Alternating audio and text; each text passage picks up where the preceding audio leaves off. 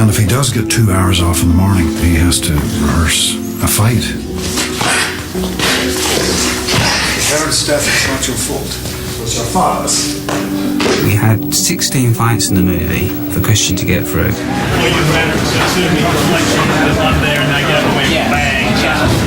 Because he had such a heavy workload, we did a lot of blocking of the fights with stunt guys and just liaising with Chris Nolan on tape.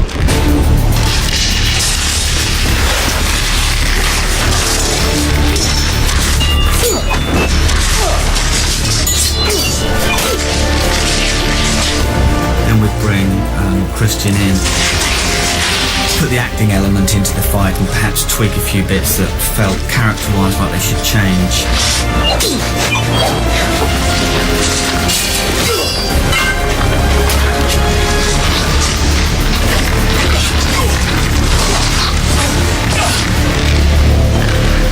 Now we'd make the changes, and then when we'd get on set, they'd all change again. In terms of the fights, Christian learnt every single fight. He did every single fight. The Casey fighting was very close quarters, so it was a very dangerous art. The hits were very direct to very dangerous parts of the body, so we had to be very, very careful as not to injure our actors or our stuntmen, of course. A lot of the hits were like 2-3 inches away from the target, so every time. Absolutely respect the stuntmen. This is what they do, and they can obviously do any of it in a vastly superior way to what I can do, but I always like to try it, you know? And I like the possibility of being able to have some kind of stunt sequence and then you can zoom in and whatever, and you know, you see that it's a real person. Basically, Christian learnt fights very quickly. He'd go home at night and he'd watch the tapes and he'd literally come in the next day and know the fights. He has a photographic memory, so I would show him a fight and it sickens me because, you know, I'd show him 20 moves and then within half an hour he would have all those 20 moves down. I can't do that, and I'm the fight arranger.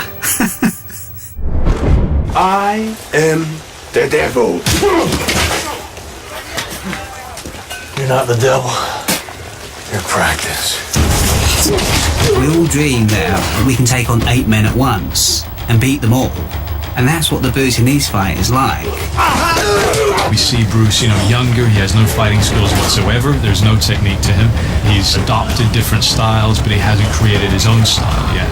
We wanted to demonstrate that he had some skill, but it was really more about courage and brutality.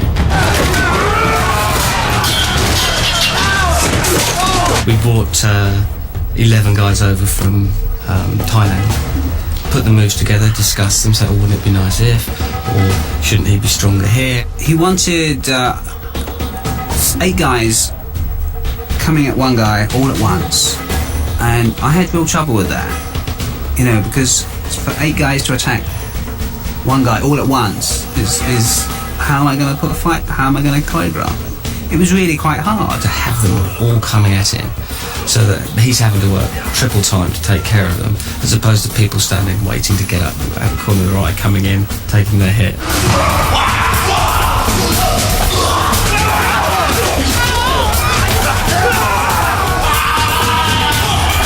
We found what helped that was to keep him moving. So by keeping him moving, people could drop in his wake and then come into him as well. Christian did the whole thing actually. Buster sort of did a few little inserts, but Christian did the whole fight. We spent a lot of time determining exactly how much of Batman to show, how much of his fighting to show, and I had always looked to a representation of Batman that would be more from the criminal's point of view, so you would see less of him, you would see him as more frightening, there would be more suspense as to what he was doing and where he was. Where are you? Here. And that meant showing less of him, cutting fight scenes very, very fast, so that Batman is seen as being blindingly quick and aggressive and almost animal-like in the way he takes on the criminals. You will never learn. The monorail was the biggest challenge, because it was the finale, and we all want a big showdown.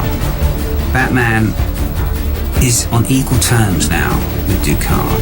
I think we feel that they are equal to each other. It was punch for punch, kick for kick, and that's what made it very intense and dynamic.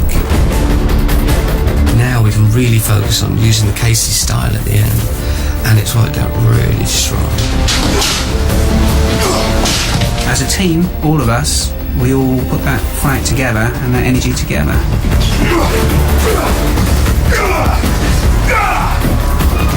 Liam and Christian were keen to be involved, to rehearse. In fact, you know, if they weren't doing anything, they'd actually call and say, look, you know, why don't we rehearse? Liam was a strong fighter.